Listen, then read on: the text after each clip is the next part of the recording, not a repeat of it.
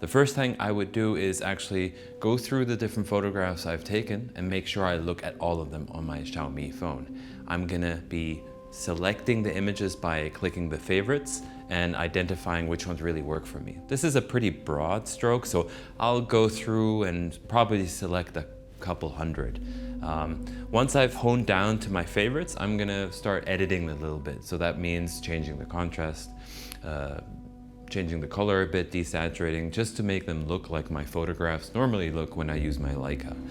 After that, I really love printing out the images because it helps me to kind of concentrate on the sequencing away from the phone or away from the laptop.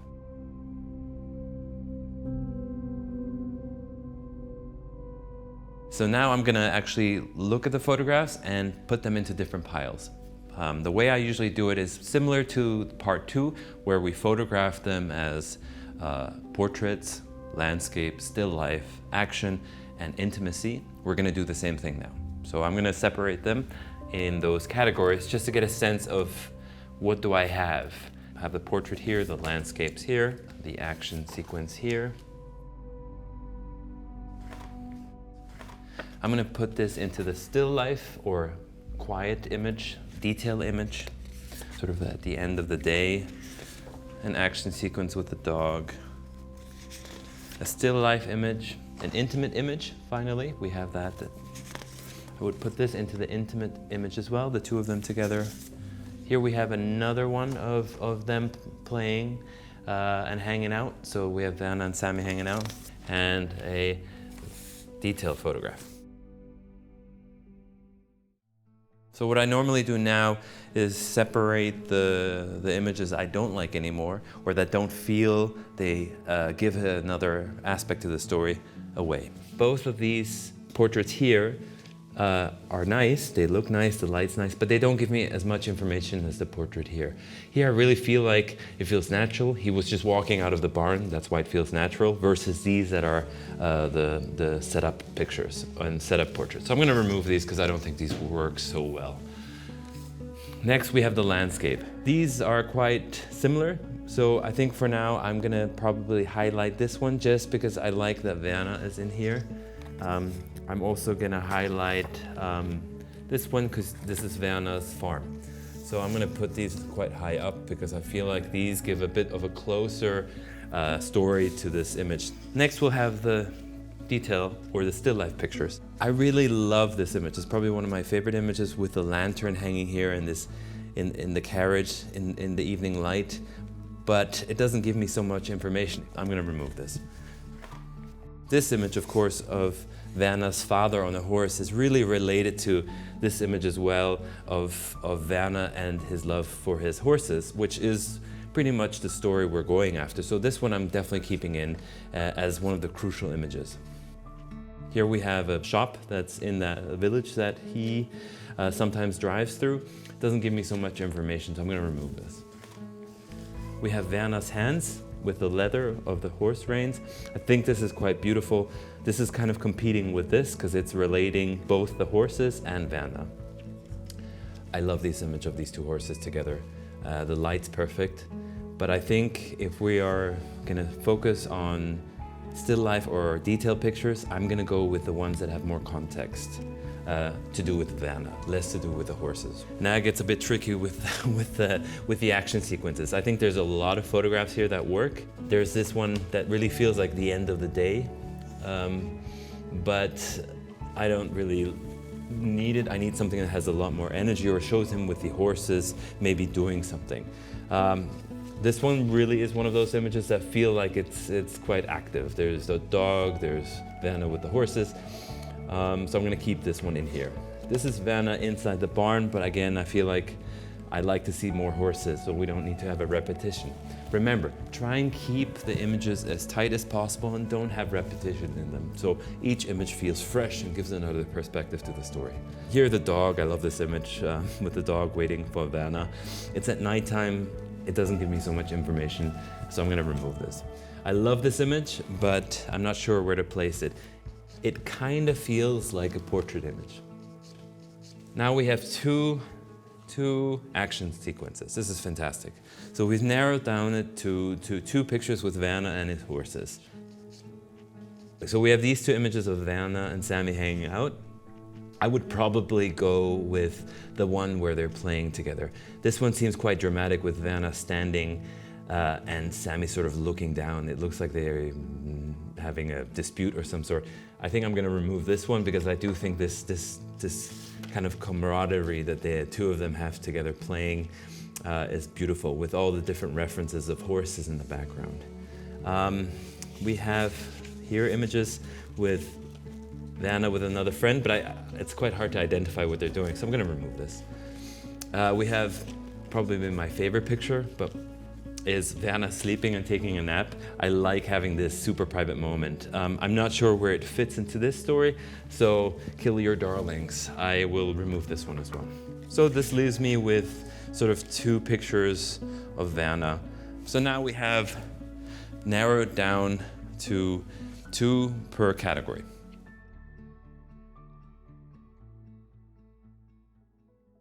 So what I do now is kind of identify what I want to say. I'm going to look at this image a lot. This image gives me a sense of history. It's his father on a horse. The story behind this picture, the way Werner showed it to me, is really very intimate. So I'm going to remove the hands because I don't feel like we need them. We can see the hands elsewhere.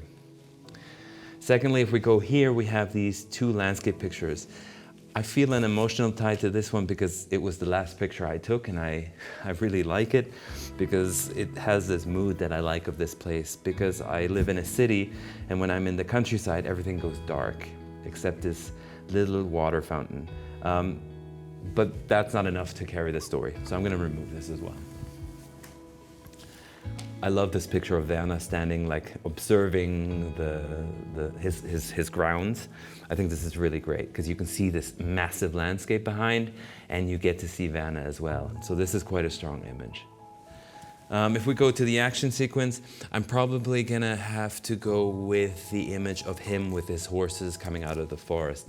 I like that he's actually moving with them. So I'm gonna remove this one. This does also feel like an intimate moment. So just to give you a sense, this image could be a portrait, but it could also be sort of this intimate moment. If you see these 2 images together, you notice that suddenly, if we only have this image and take out this image completely, what happens is that we only see Werner alone. And I think that doesn't really represent him as a person. So I'm gonna remove this image and this image because I need Werner actually with somebody. Now we can decide if we want to kind of keep this sequence or if we want to play around.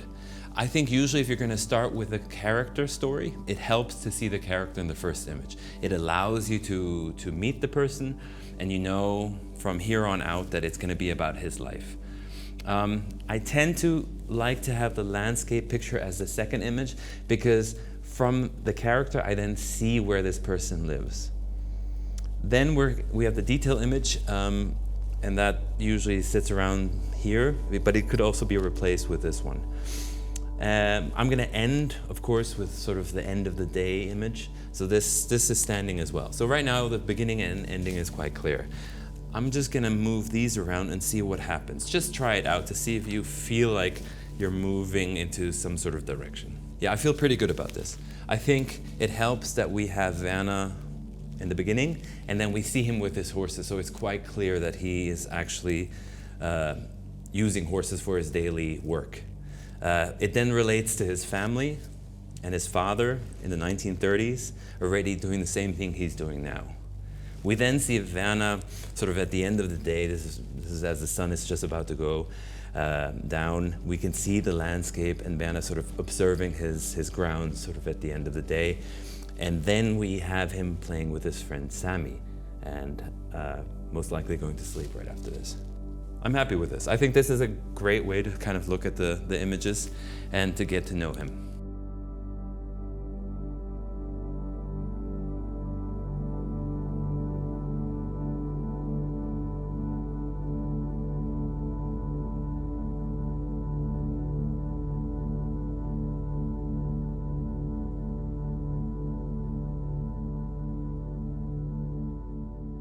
As we reach the end of the Xiaomi Masterclass, supported by Leica, I want to remind you the tremendous power of storytelling.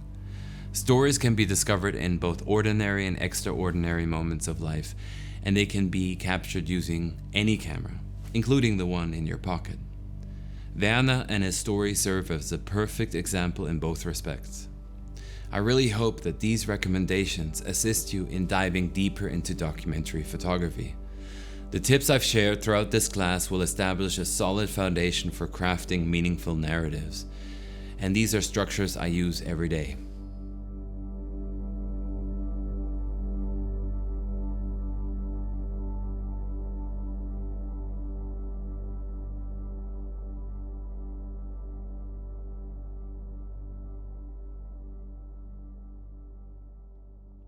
If I may, I would love to present you all with a photo challenge. Number 1, choose a subject you'd like to document. 2, incorporate the ingredients that you learned in this masterclass. 3, immerse yourself in the subject's world and photograph them. 4, select 5 images that tell the story that you documented. Share it with us. I can't wait to see what you all produce. Thank you.